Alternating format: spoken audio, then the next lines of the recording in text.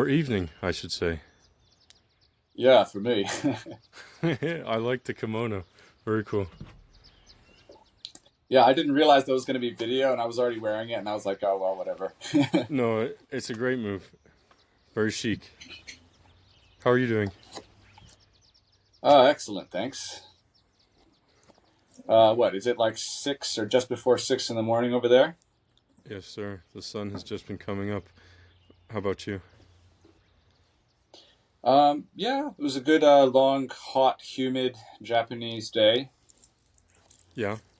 But we're doing all right. Summer? Feels like summer? Hmm, that it does. We're Yeah. actually in the middle of the rainy season, which is kind of like the Japanese monsoon. Um, and it's Okay. not the best time to be in Japan for sure. Really? I imagine it's like a bit like the South in the U.S. Although I've never been there, but yeah, Muggy, yep, hot, muggy, sticky mosquitoes? sticky, and mosquitoes. The mozzies are everywhere, yeah. Really? It's funny, you got Hmm. so you've got a slight Australian accent. Yes. So that's an interesting one. So I was actually born here in Japan, and because the majority of foreigners, let's say here in Japan, are Americans, Mhm. and all my friends are American, you get an American accent. And then every time I go back to Australia, they're like, "Where are you from?" And I'm like, "Australia," and they're like, "No, you're not." Yeah. Yeah. So have you lived in Japan And all your I've got life? no, I've bounced back and forth between Japan and Australia. Hmm. I've got two younger brothers, the youngest of which grew up mostly in Australia, so he has an Australian accent, Hmm. which is really strange because then when we hang out, everyone's like, "You're not brothers." Hmm. But Yeah. yeah, it is what it is. Both of my sisters live in England, and we all grew up in England, and I've been living in the States now for a while. And so I've got a sort of American accent, and they've both got posh, proper English accents, and we've got the same deal going on, it sounds like. Oh, they got proper Pommy accents now, eh? Hmm. Hmm. Yeah. Yeah. Awesome, man. What's the hunting season there? So our hunting season is it's from November 15th to February 15th. Hmm. And that's the season for everything. It's all at once, and it's 3 months of just go out there in the mountains and you can hunt everything from birds to deer to bear. Really? So, and that's dogs and just your standard spot and stalk rifle hunters. Everything, everything. Hmm. Yeah, so it's It does. quite different, I would say. Yeah, the system is quite different here from what it is, what I hear it is in the States and things like that, where you've got your rifle season, and then you got your bow season, and then you got your tags and all that. We don't have that kind of a system here. So, are It's there a very tags? different culture. Is it restricted by tags in No, some way? So, when you're out, anything goes. yes, there are. I guess in the name of management, we do have some. I guess we've got quotas, bag limits on certain types of game, Hmm. certain types of. I guess mostly it would be like waterfowl and things like that. Hmm. And for a while, we did have them on deer as well. But now they've removed that. And it's basically please hunt all you can as far as most four Really? legged game goes. Well, so Yeah. there's a absolute abundance of almost all game. Uh, Yeah. I would say we're a bit of an outlier worldwide in that our wildlife population is booming to numbers that we haven't seen in over a century, back to like the Meiji era. mhm. And why is that? Well, I guess there's different theories to it, but mostly we would have to say that there's a decrease in the hunting population here in Japan. We just Hmm. don't have the amount of hunters that we used to, and that's mostly due to the aging population here. Hmm. And so as the demographics shift towards an older population, there's fewer young hunters replacing. Correct. Mhm. That's exactly what we're seeing. I think we're looking at, okay, well, for instance, here in my city, which is Minami Boso City, we had a population of 45,000 people in 2006. Mhm. We're losing about 50 some people every month since then, and we're currently at about 35,000 people. Wow. So that's So, and like that's in because 17 years, we've lost. That's just so from old age, mostly. mortality is bigger than Mortality. replacement. Wow. It's Yeah, funny. we had last month. Go ahead. Sorry, we got a little bit of lag here. Yeah, so we got some. Yeah, It's what 6,000 miles, so a little bit of lag makes sense, I guess. it does. But yeah, last month we had 58 deaths in the city and 7 births. That's the numbers Hmm. we're looking at. Wow. So even if hunters are getting their kids into it and raising them in it, there's still just not enough people being raised into it to continue the hunting population. Correct. We're in a bit of a losing battle as far as numbers go. But we do have a small but growing number of young hunters that are interested in kind of traditional Japanese styles of hunting. So Hmm. that's promising at least. Hmm. And how would you describe traditional? Is that the matagi that you talk about? Sort of one man, one dog, or one or two dogs and a rifle? Correctly. Yeah, that's what it would be. It's the Matagi style was very much about subsistence hunting. They had a whole culture. It was almost like a religious culture that they had, where they worshipped the animals and the mountains. And I won't go into it in detail because that's a whole book there about the Matagi. Hmm. But that is the traditional Japanese style of hunting. We called it Ichiju, which is like one man, one dog.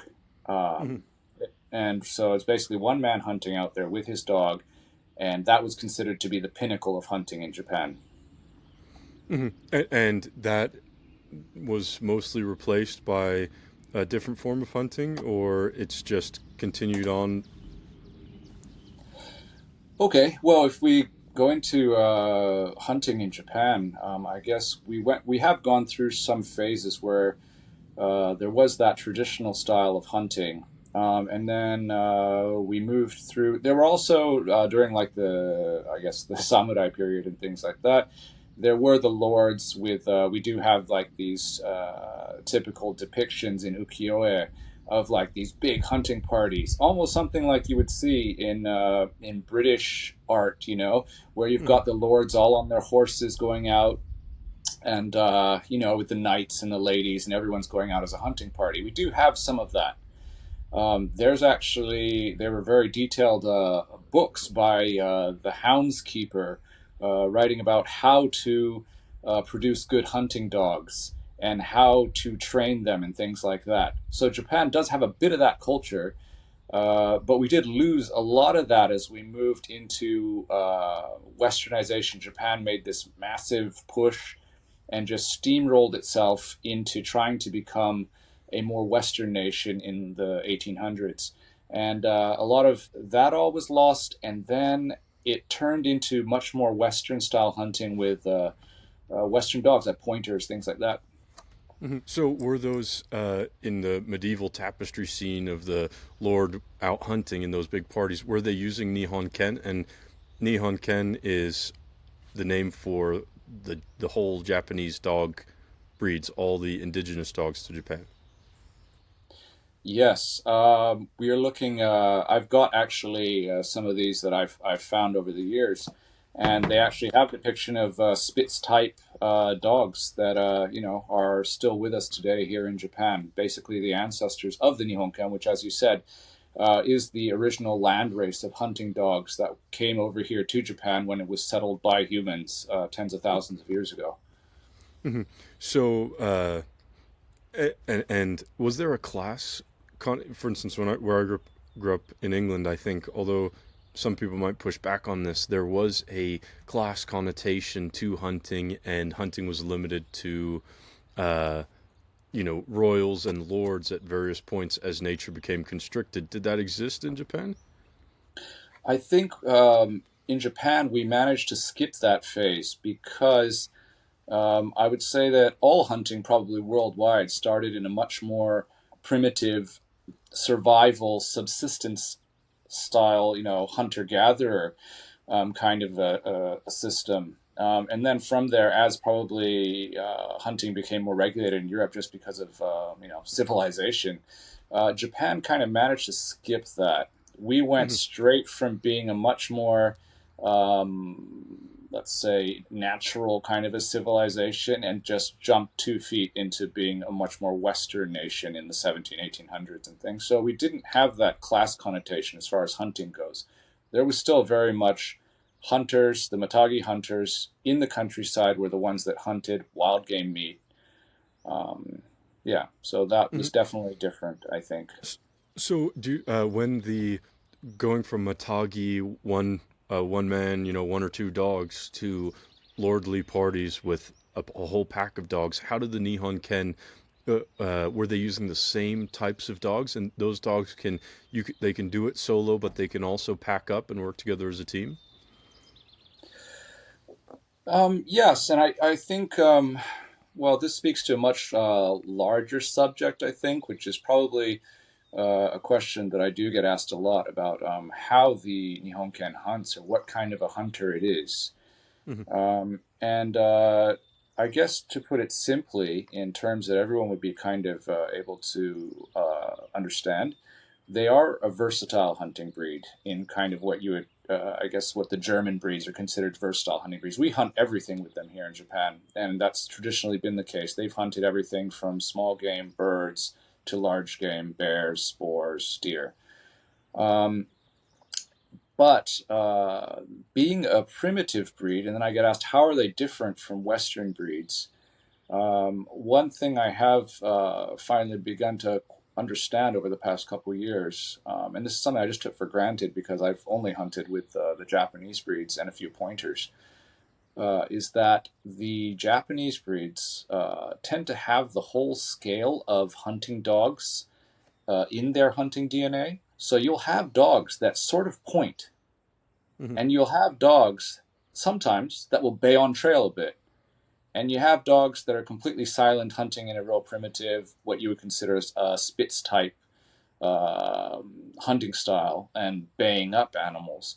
So we do get this every once in a while. You'll see these outliers pop up. I think a lot more than, say, in a pointer where a breed has been bred to do a specific task. Right. Yeah, it's interesting the parallel you make with German sort of what we call versatile hunting dogs, multi-purpose hunting dogs. That it's I think it's those dogs are maybe at the opposite end of the spectrum in that they're the far. I don't know. You can push back on this. They're the farthest thing from primitive hunters in that they're highly bred and they sort of do. They're mixed, but the it's interesting. The Nihon Ken, the pictures I see that you post and stuff, they look very similar to not very similar, but they have a lot of the Spitz characteristics that you see in our. There's Native American reservations here, and where the dogs are feral essentially, and often revert to a lot of those what I consider primitive characteristics: the upturned tail, the pricked, erect ears, and when you see pictures of indigenous people wherever they are, whether it's in Norway, Sweden, Finland, or Canada or the United States 100 years ago, they tend to have dogs which they look sort of like the Nihon Ken but less refined, but that similar mold. Yeah, I would agree. And there is that type that I think is just very close, probably, to what the original dogs were. And as far as just jumping back to what we were talking about with the hunting and the traits they have and the DNA they've got, I think what I'm seeing is if we considered a hunting dog and we put all hunting dogs and their abilities into one pie and said bird dogs have this very specific part of the pie that we selected for, which is to be birdie and to point and then hounds have a different section of the pie that we selected for. What I'm seeing is these primitive breeds, especially like the Nihon Ken, tend to have the whole pie or most of it still in their DNA. So you'll sometimes get a more birdy dog. You'll sometimes Hmm. get a more, vocal dog or a dog with a better nose. And so it is quite interesting to see that for sure. Hmm. So because they've got, so what Shigeru is doing partially is that he's restoring or trying to preserve breeds of Japanese hunting dogs which have declined, and uh, it sounds like a lot of what you're pulling from are dogs which gene pools which haven't recently been used for hunting, or it's been a little bit diluted. It sounds like with these primitive dogs where it's very genetic, their hunting. I mean, all dogs, the hunting is genetic, but it sounds like particularly in this case with what we're calling primitive dogs, do you feel that that makes it easier for you to go and pull, like bloodhounds used to be really good scent hounds, but if I go and get bloodhounds from show dog breeders which have been multi-generational show dogs, I don't think my success rates are going to be high, but it sounds like with your dogs they are. Yeah, I would say that that is pretty much in a nutshell. That is the problem that we are up against, is that we're trying to preserve these heritage breeds essentially, and then basically what happened was about 100 years ago in the early 1900s, the well the nationalists of the time essentially realized that we were losing our Japanese heritage. We were losing these dogs. They were basically all dogs back then were still very much off leash. They would wander around. So when Western breeds were imported, these new pointers, hounds, and big fighting dogs and things like this. They just started interbreeding with the native dogs, and we almost lost them at that point. So basically, they tried to preserve the remaining good pockets of quality dogs. And where they found them actually, and the reason why these breeds survived is because hunters in like remote villages of Japan, in the mountains. Japan is 75% mountainous terrain. We're talking thick jungle, high mountains. 75% of the country is that.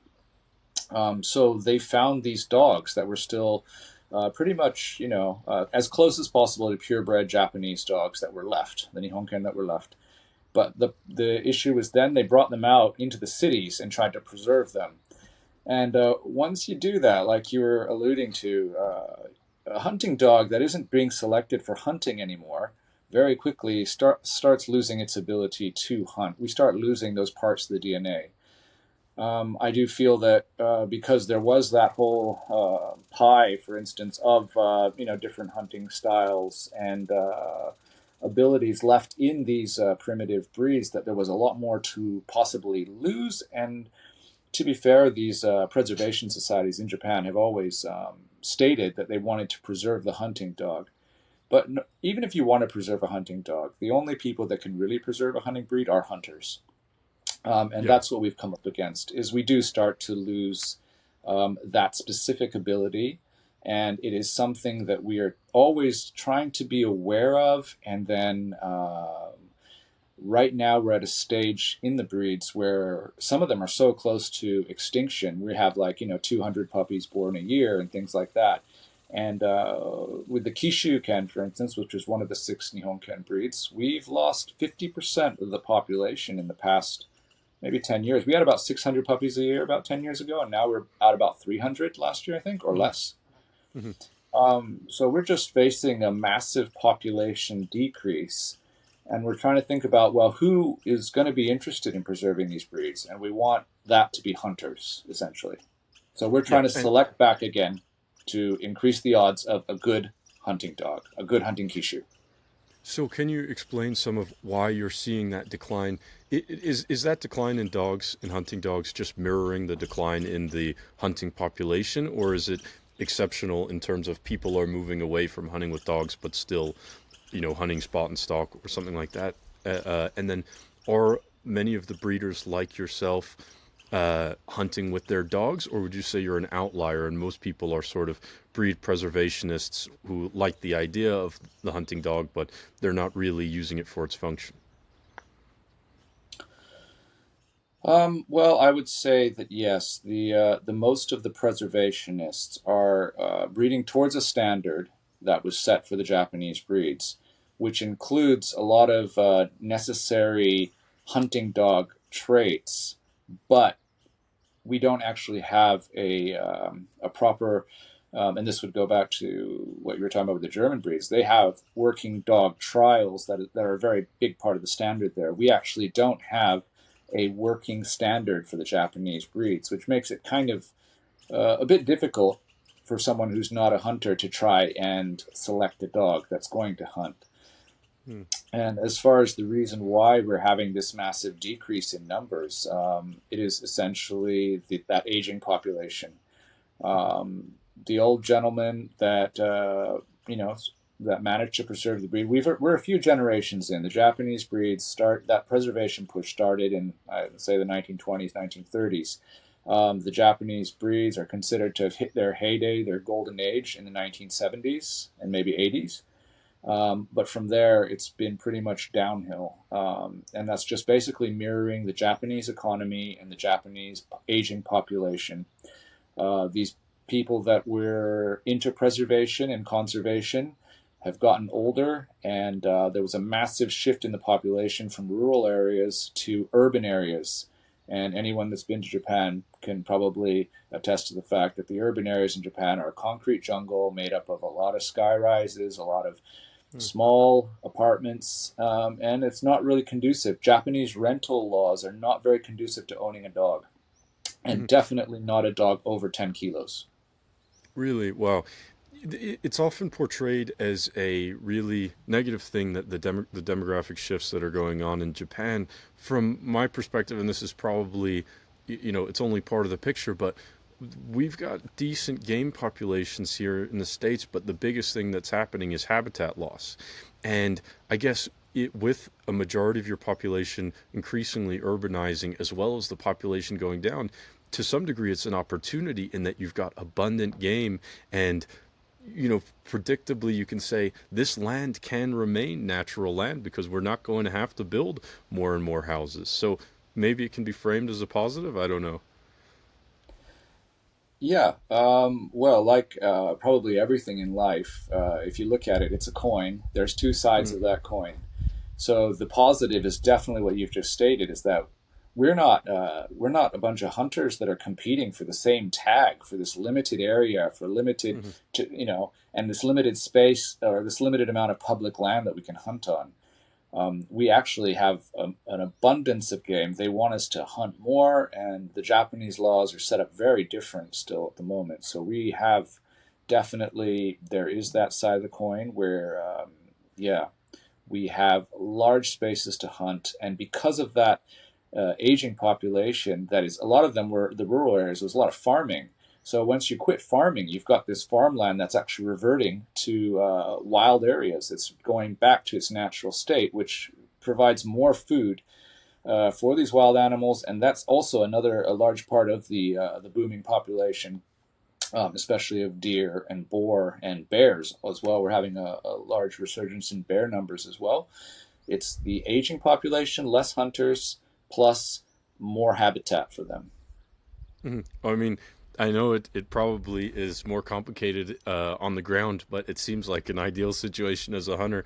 As long as you can keep getting people into it, maybe my utopian vision is unrealistic, but a world in which the population is stabilized or going down a bit. So, because you guys have quite a high population density, I think, compared to other places, although it sounds like that might be skewed by, a lot of people in a few cities. I don't know.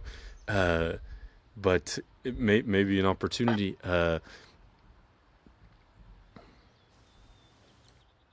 There definitely is. We do have that high density, especially population density, especially in the cities. And we're going to have a massive population decline. I forget what the exact number was, but by 2050, we're going to lose a good probably fourth of the population or fifth or something. It was quite an insane number that we're losing. Mhm, But like you said, it does. We do have to start questioning this idea that populations need to keep growing. mhm, I think, like what you were saying, we do. this sum zero game of finding the right population for the habitat we have is actually something that's quite natural, and we try and do it in wildlife. So if we can manage that a good number, as far as the human population as well, that would be a great thing. The only issue we're seeing in Japan is if we have a large senior population, we don't have enough workers to keep everything going, to keep society functional, essentially. Hmm. It sounds like you've got plenty of access to land. What's the situation of land ownership in your area and in Japan? Are you on Shikoku? No, I'm actually about 100 some miles away from Tokyo. Hmm. And there's a peninsula called the Boso Peninsula. It's a Chiba Hmm. Prefecture. That's where I'm located. So it's about an hour and a half, well, let's say a 2 hour drive into Tokyo. Okay, okay, gotcha. Just because you're breeding the Shikoku dogs, is Correct. that okay? Yes. Got confused. And so, what's the situation for land there? It sounds like so you're fairly close to Tokyo, but you've got plenty of land. Yeah. So there is, because of that shift towards urban areas, we do have a lot of land available. But in Japan, we do have these slightly different land laws, and we do have issues with the well, I guess the mountainous areas, for instance, because when Japan came out of like essentially the feudal area and went straight into the industrialized world, a lot of the local mountains were owned by the community, by the local village. So they just put everybody's name onto like the deed. Hmm. So what happens there is that when one person on that deed dies, and because of Japanese inheritance law, sometimes you have a deed for some mountainous areas where there's there can be 10, 20, 30 people on it, and half of them are no longer with us. And Hmm. if you can't get that person's stamp of approval, you can't sell that property. Even the other people that own it can't sell it. So it's basically there's a lot of land that's stuck in limbo. uh, the way that this doesn't really affect hunting so much in Japan is that we have a very different system to what I hear is the current status in the U.S. and Europe, where in Japan we're technically allowed to hunt everywhere. That's the basic law we have here. Is Hmm. that we are allowed to hunt on all property, even private property, without permission. Really? From Wow. that, yeah, so from that, the law deducts what we can hunt. Say we're not allowed to hunt on a school grounds. We're not allowed to hunt on temple grounds where there's graveyards, and then also high density urban areas. If there's more than 9 structures within a 200-meter radius of you, you can't hunt, you can't fire your firearm there. And so and of course, we've got wildlife protection areas where you're not allowed to hunt. And then we've got areas also that are, marked off for non firearm, kind of areas where you can do trapping, but you can't fire firearms in. Hmm. So because of that, we don't have the issues in the U.S. That you have with access to land. As Hmm. long as the land is not completely 100% fenced off, or if it's cropland, if it doesn't have crops growing on it, you're allowed to go in there. Hmm. Now, because we're Japanese and we're polite and respectful people, if you're hunting on someone's land and the landowner comes and asks you to please leave, we don't sit there and say, legally, we can be here. We'll be like, oh, we're sorry. Okay, we won't Hmm. hunt here anymore, and we'll leave. And so the law kind of works for us. Hmm. And does wow, that's incredible. And does that happen? What is the cultural view of hunting from? It sounds like most people are non-hunters. What is the sort of agricultural rural view of hunters? And is there? I would say in America, there's sort of has been a traditional cultural acceptance of hunting. It sounds like you've got that or more. Yeah, so hunting here in Japan, I guess if we're looking at the bigger picture and like historically and culturally, um, most Japanese are not very connected to that kind of a culture anymore.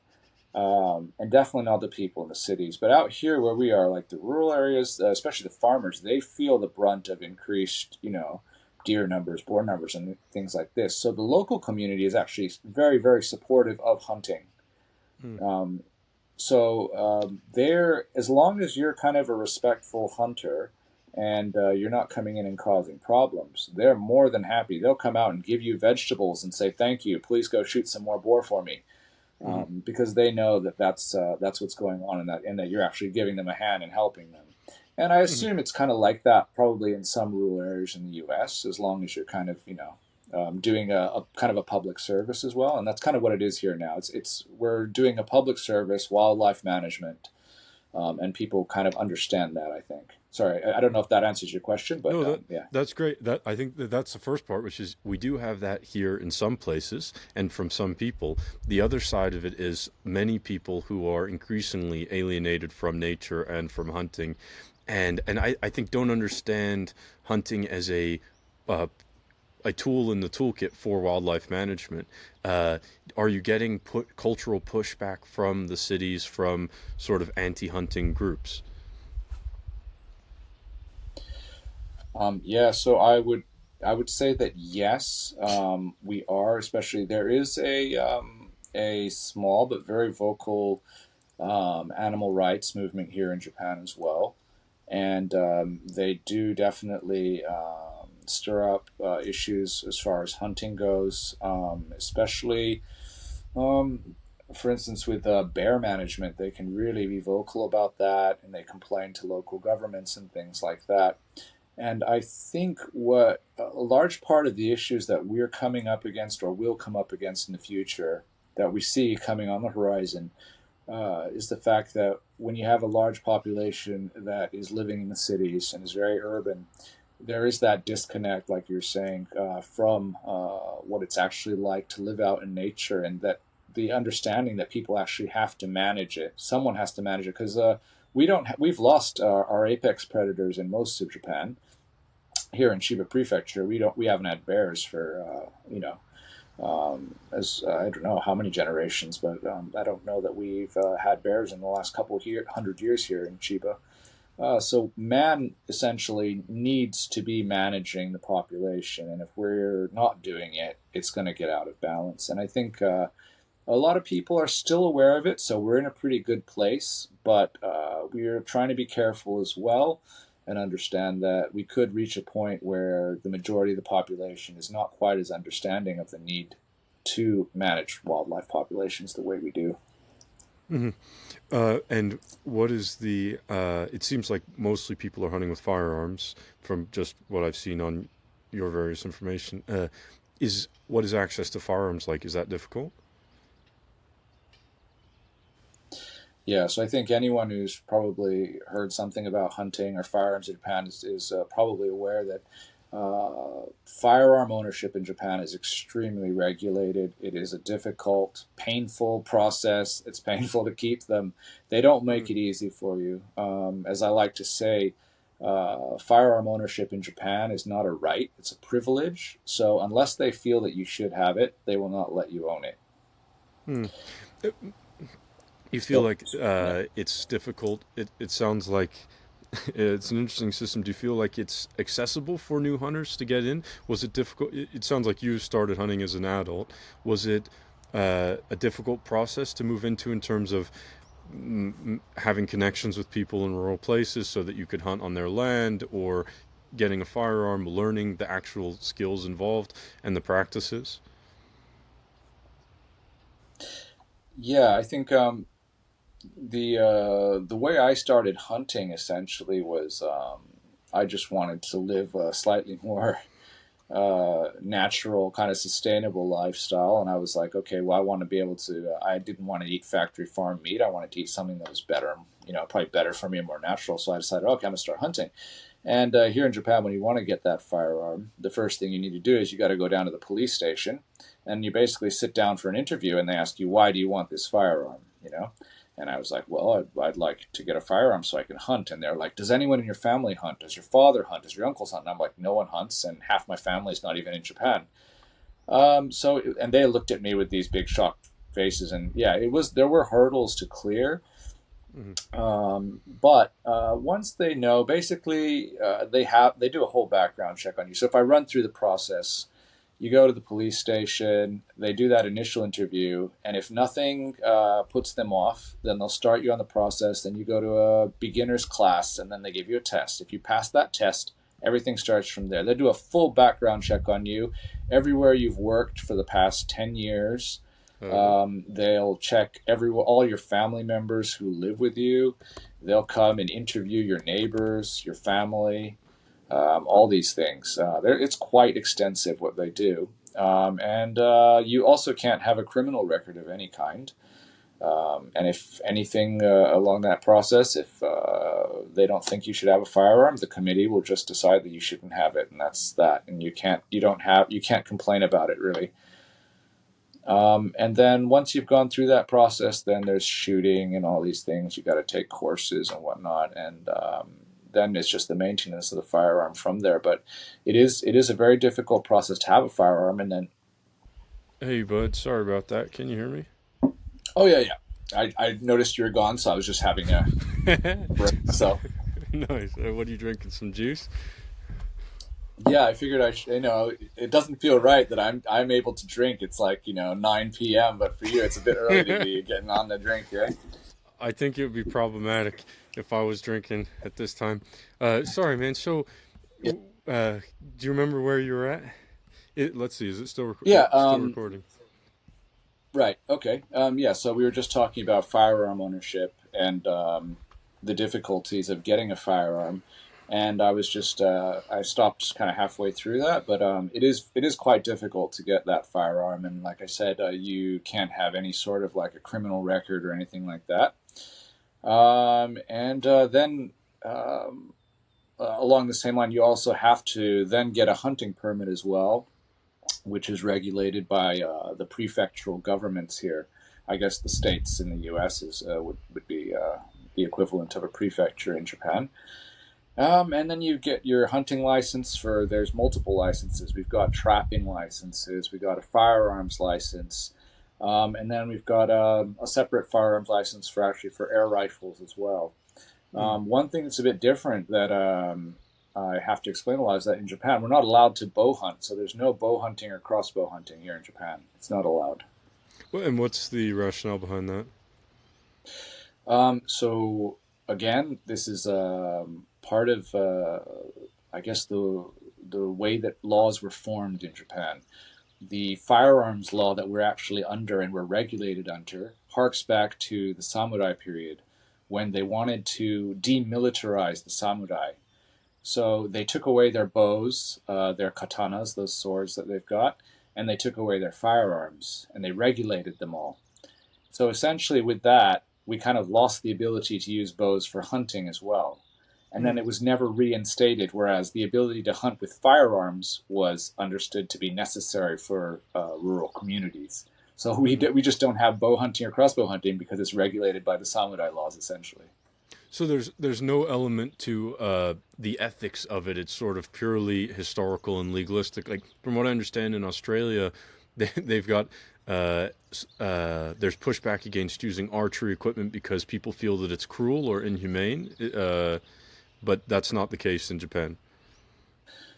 No, as far as the legal standing of it, it's because of the original firearms and weapons laws, and we just never reinstated any form of bow or crossbow hunting.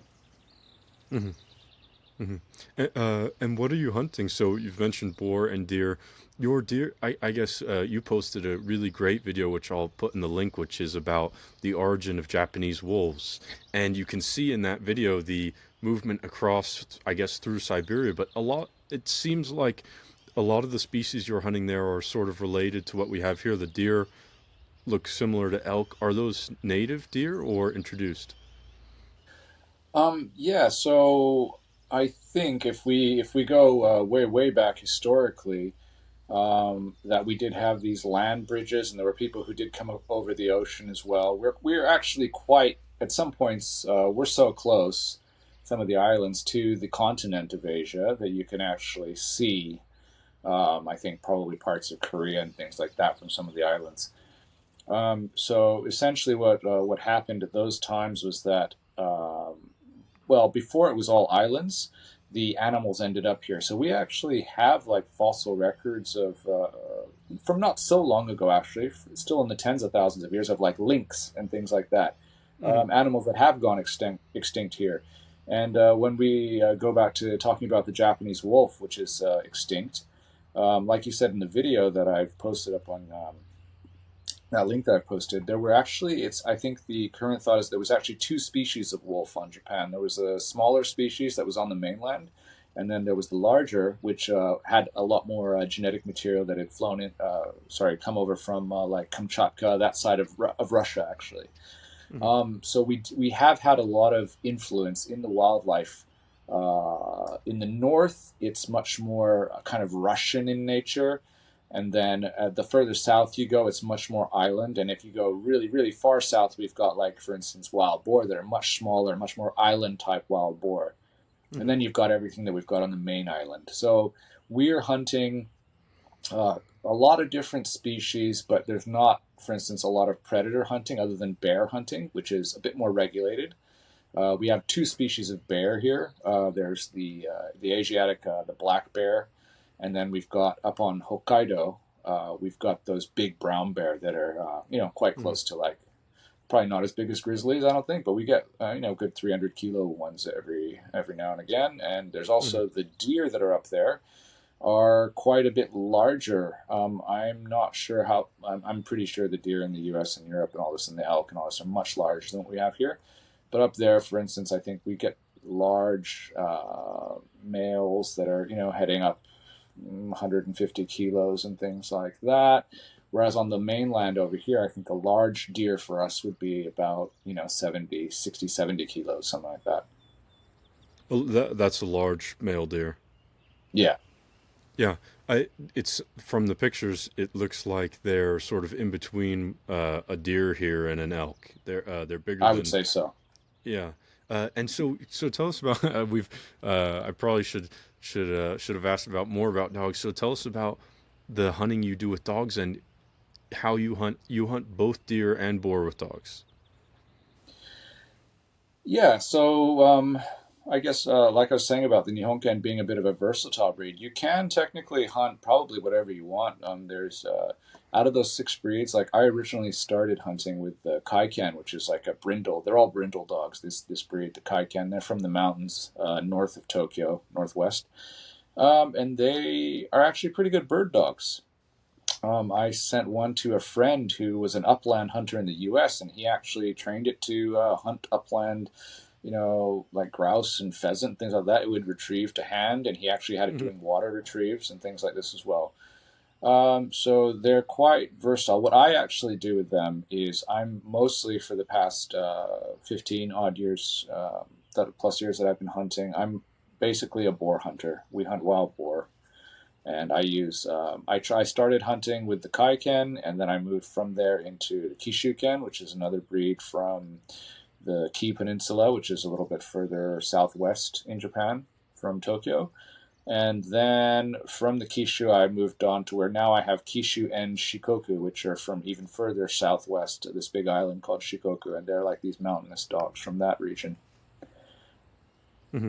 Yeah, I'd say they're particularly beautiful dogs, and if we were hunting them here, I think we'd have less of a problem with animal rights people because they'd be so distracted by how cute the dogs are. They don't even. It's unbelievable that they're these gritty, tough dogs. Uh, so you were you at any point hunting uh, deer and boar with the same dogs, or were you keeping separate packs when you were doing that?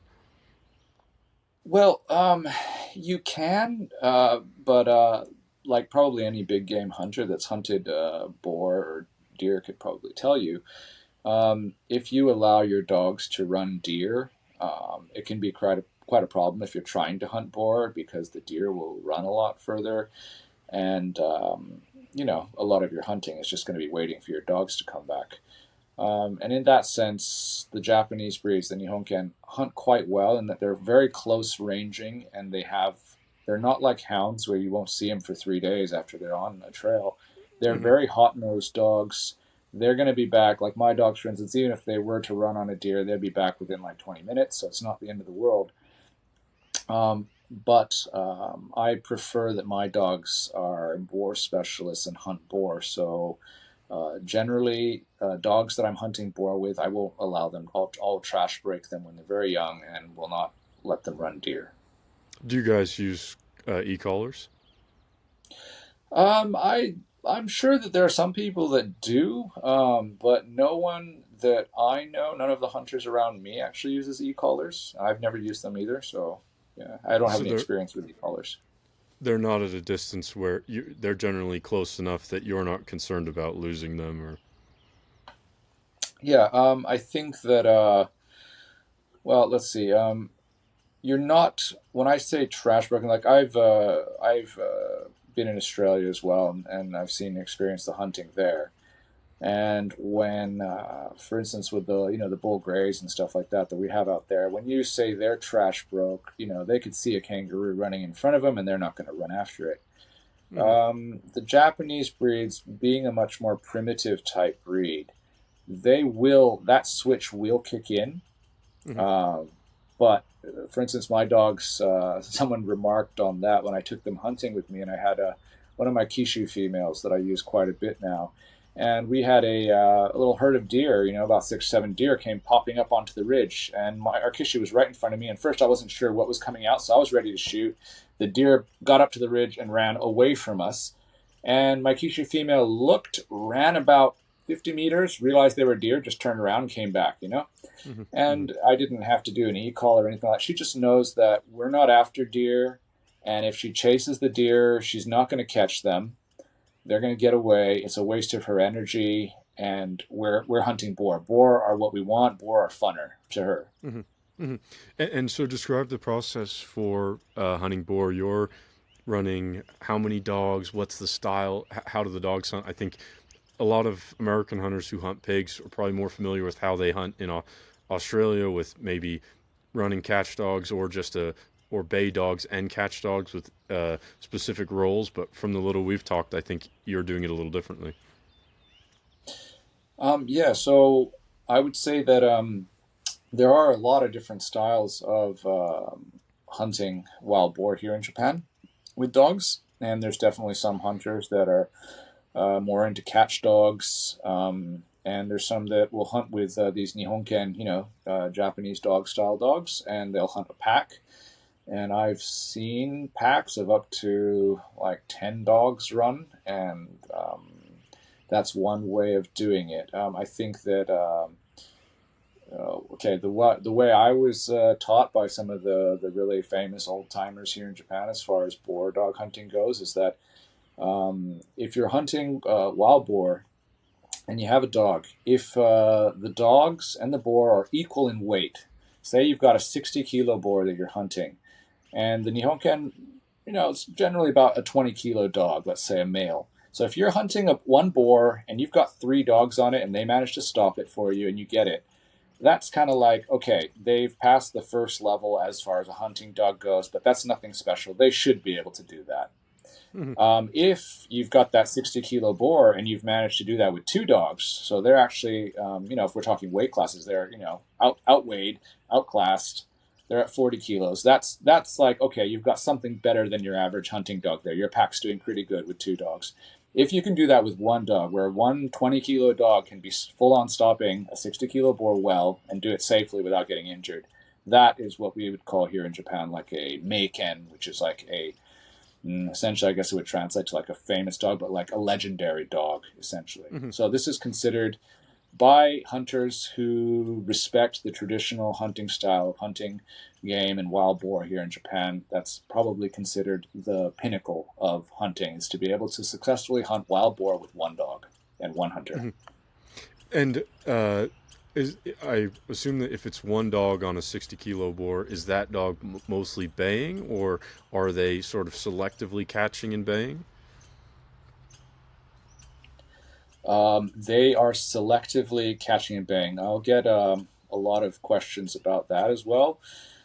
Asking if the Japanese breeds are bay dogs or are they catch dogs, and it varies by the individual, and you can hunters will breed towards what they prefer. But mostly, what the Japanese breeds still have intact is they still have a very good survival kind of mindset mechanism in their brain when they're hunting dangerous game. They will learn through every single hunting experience that you put them into. They will learn how to hunt better. They'll pick up new tricks, and mostly they're definitely grittier than a bay dog, but they're not dedicated catch dogs. Now you can breed them to be dedicated catch dogs. I've seen it. But if you're going to do that, I would say go with a catch breed, like a breed that Hmm. catches, that's already been selected for that, that's got a bit more weight to Hmm. hold the boar, because I've seen Kishu. There's the dogs that my line are actually kind of from originally. It was this very famous Kishu hunting line in Japan called the Hosoda line. And these dogs were gritty as they come. Like they saw a boar, they were flying on it, they were hanging off the Hmm. ear, they're getting flung in the air, spun around, and they're just going for it. Hmm. Um, but if you're going to be doing that, you probably want, like what I've said in Australia, the way we hunt with bull greys and things like that. You get a catch dog, it's a larger dog, it's actually going to hold the boar there. Hmm. Hmm. Right dog for the right job. Why take these Yeah. versatile dogs and specialize them when you could get a specialized dog? It sounds like. Right now, which of the Nihon Ken are you breeding? Are you hunting? And could you tell the audience a little bit about the differences between them, their approximate physical makeup, and differences in use and personality? Okay. So the Nihon Ken are one land race that came over here with the first people. And when they're split up into breeds, we split them into six breeds. There are some outliers that never made it into the actual Nihonken population, pedigreed population, and a lot of hunters in Japan still hunt with those. And we call them Jinu, which is like local dogs. And that's actually what a lot of the big game hunting here in Japan, the serious hunters, the most famous hunters, probably have a lot of these type of dogs. So they're based off of the Japanese breeds, but they're of unknown heritage, unknown parentage. What I have the Shikoku and Kishu, these two medium-sized breeds that I hunt with. So out of the six breeds, we've got four medium-sized dogs, which are the Kishu, Shikoku, Kai, and Hokkaido. And then we have one large type, which is the Akita, Inu, that probably everyone is much more familiar with when they think of Japanese dogs. And then we got one small type, which is the Shiba Inu, which is probably the second most famous Japanese breed. So, other than size differences, most of all the Japanese breeds were named after the regions that they came from. So the Akita Inu is from the Akita area, and that was originally also a slightly larger than medium-sized hunting breed, and they hunted, bear and things like that up north. And this was actually they were originally called the Matagi Inu. These were the dogs that the Matagi hunters up in the Tohoku region, the northern part of Japan, hunted with. And now they're much more of a show breed. They went through a different phase in their history where they became a fighting breed for a while, and then now they're essentially a show breed. They're not working dogs anymore. They haven't been bred Hmm. for that for well over 100 years.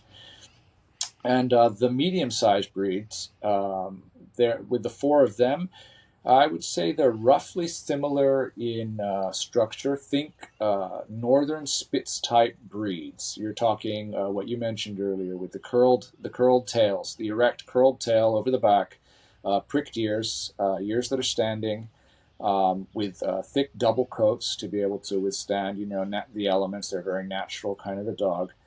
They come in a variety of different colors. We've got the what we call red here in Japan, but essentially you would call them a brown dog probably.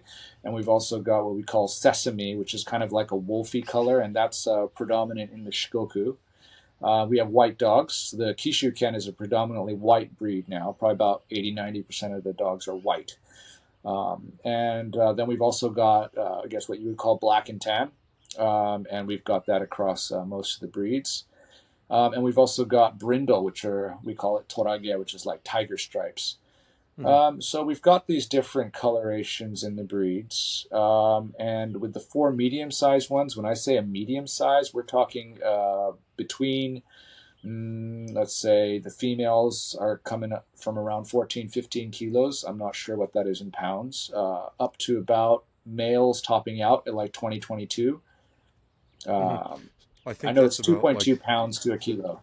so like 35 pounds to 50 pound 35 to 50 pounds, something around that. So I think pretty Probably similar to something what like we'd that. consider a medium-sized dog, a lot of the size that a lot of houndsmen are looking for and maybe not getting.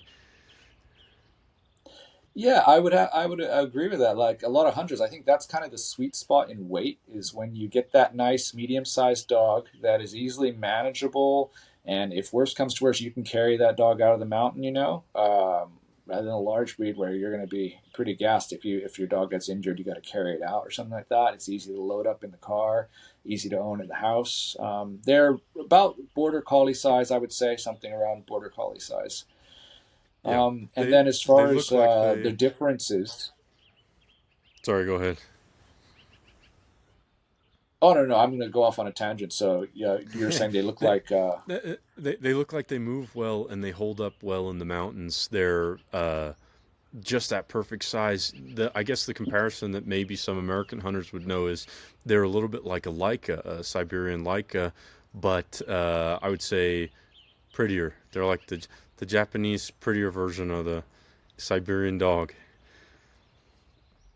yeah, I would agree with that. Like I've had a lot of conversations with hunters that run Leica, and there's definitely a lot of similarity. I think the Leica are probably a bit more vocal than what we have in the Japanese breeds now. Mm-hmm. Um, and a tree better for sure. Japanese breeds haven't really been selected for treeing, so I've seen some Leica pretty impressive as far as their treeing goes.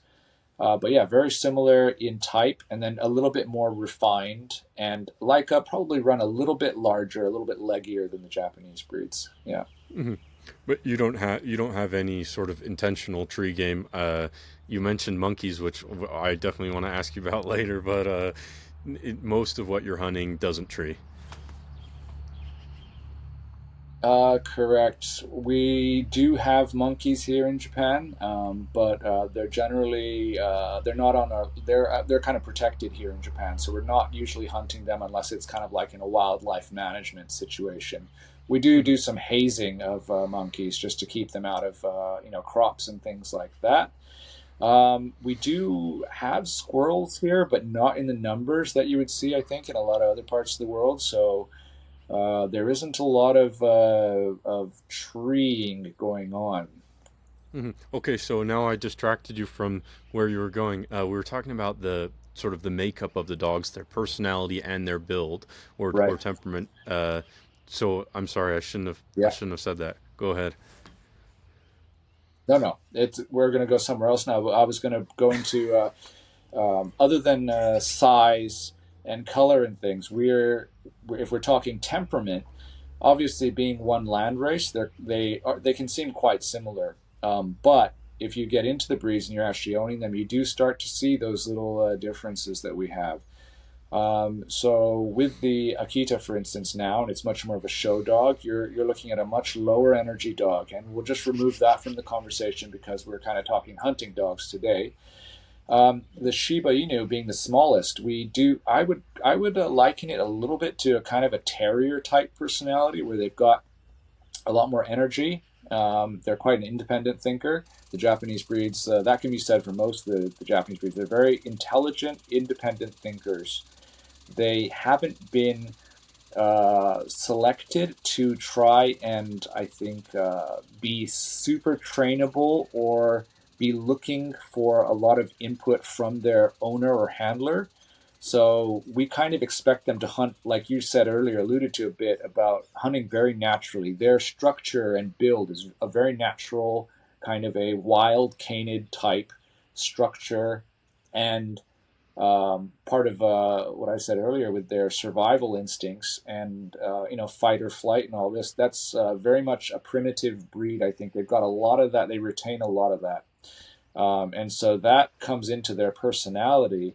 and how trainable they are. I think that a lot of people that have tried to use them for hunting or different tasks realize that well, some people can get frustrated right off the bat, and they're like, it doesn't work like my retriever does, or Hmm. my hound does. They're trained very differently.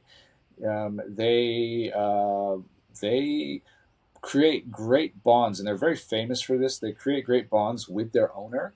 So if you have a really good trust kind of a relationship with them, they'll actually want to work for you, but not because you've bribed them or forced them to do it. It's kind of like there's a lot of reasoning going on. I think someone put it pretty well. I think they said that a lot of the modern breeds we have today were kind of they weren't dumbed down, but we removed a lot of the parts of their intellect that was unnecessary to us. We didn't want a bird dog that was thinking, maybe I'll go hunt the deer today or something like this. We just removed that part, or that was baying Hmm. on traction. We just removed that. But the Japanese breeds, because they've got a lot of that intact, they're it's like the difference between a 2 or 3 year old child and like an 8 or 9 year old child. They have that kind of intellect going on. So you need to be able to reason with them and get in their mind. And if they figure it out, they just get better and better as they age, because with more experience, and this can be said probably of any hunting dog, but with more experience, they just get better and better. And it's just a joy to own them and watch them hunt and run. Hmm. Probably, it sounds like there's a particular development in these dogs because they are reasoning and developing. You talk about them.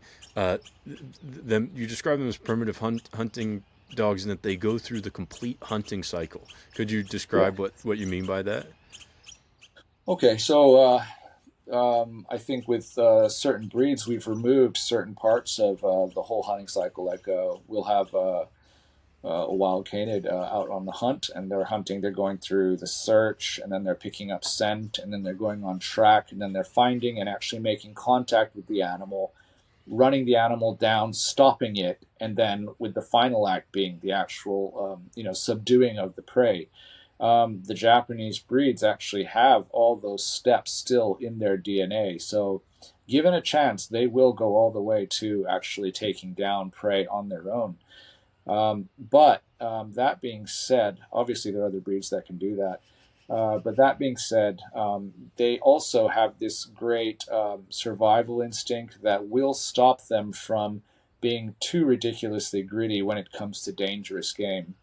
Hmm. And just because of the nature of the terrain and things here, like I said earlier with deer, most of the Japanese breeds just, I probably anatomically are not going to be fast enough to be able to stop and catch deer here.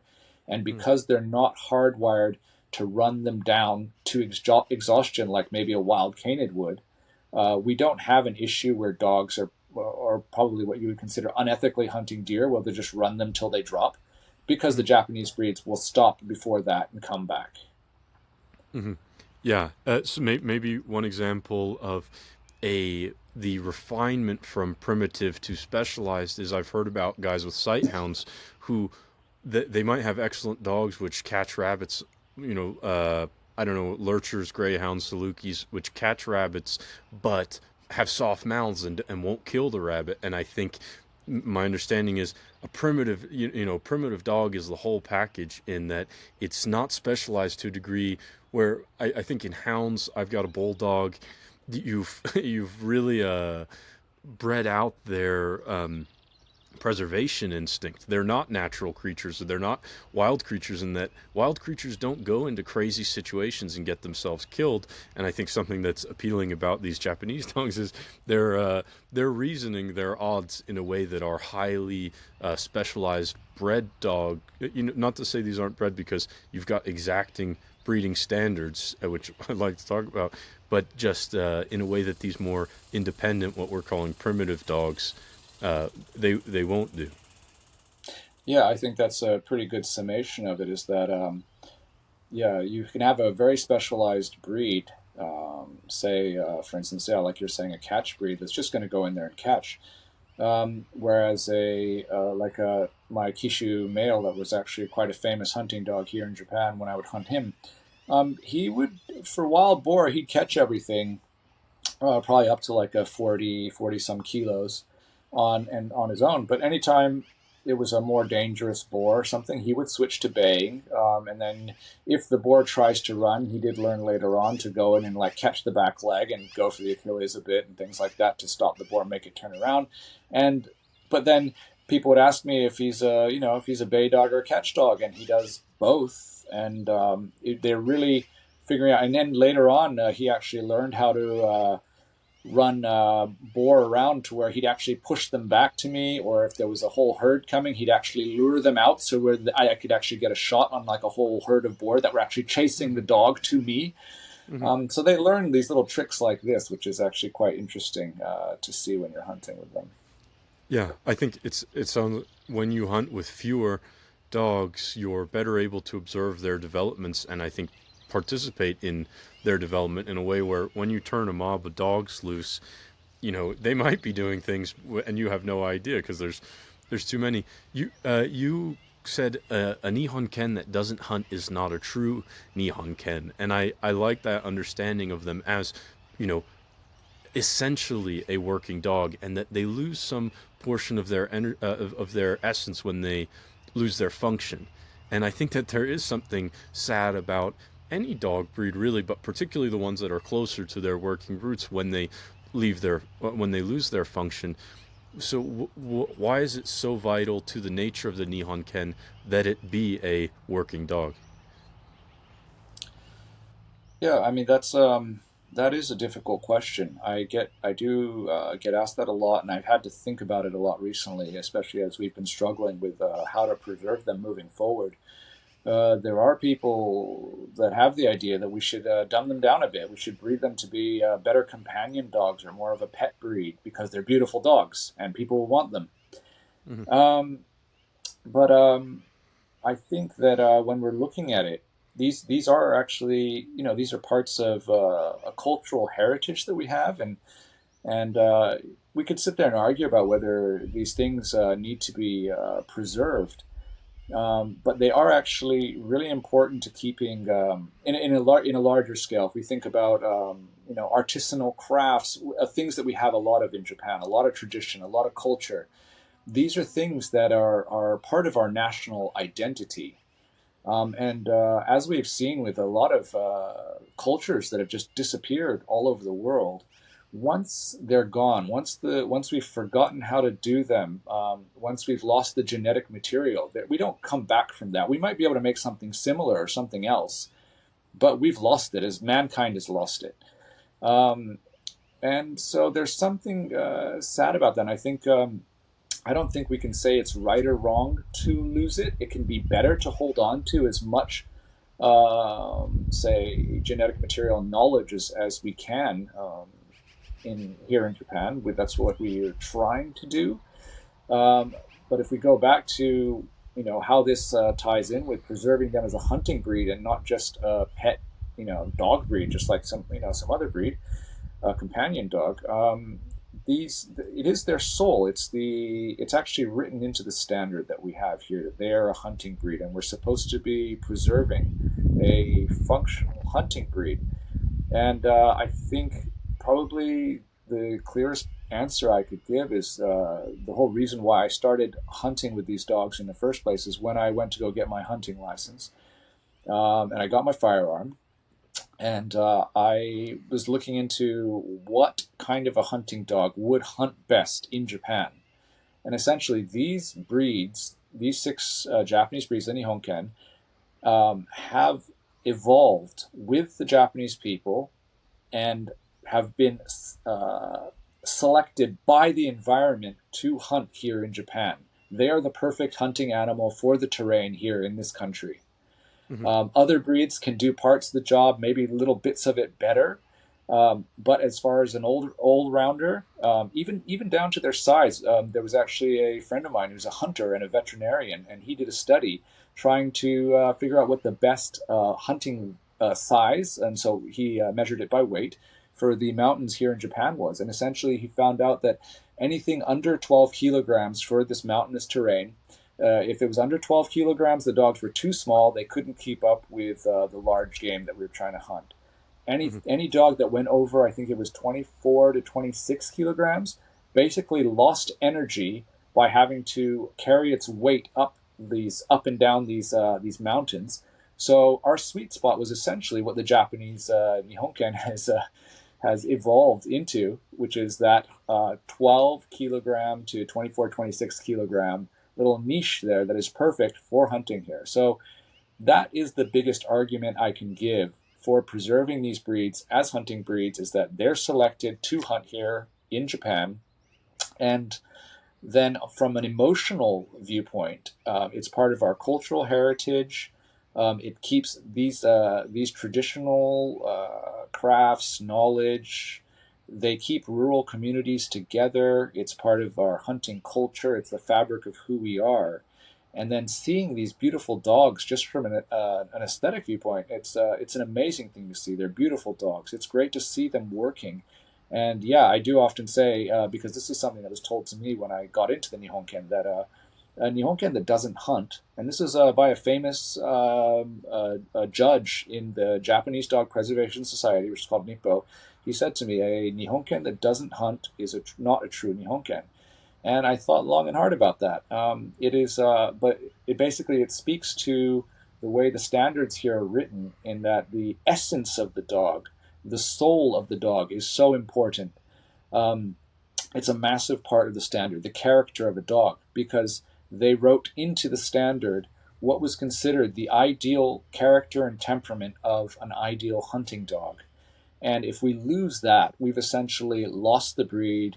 It's lost its soul, and the breed just becomes a shell of itself. It becomes this pretty thing. It could be anything, but it essentially just becomes a dog and not a Nihonken anymore. Yeah, it becomes a Labrador with a different outfit on, and we don't need that. Yeah, I think there's something paradoxical about the dogs in that they are both primitive and highly refined at the same time, in a way that is it's hard to describe, but I think you get a feel for when you look at pictures and videos of them.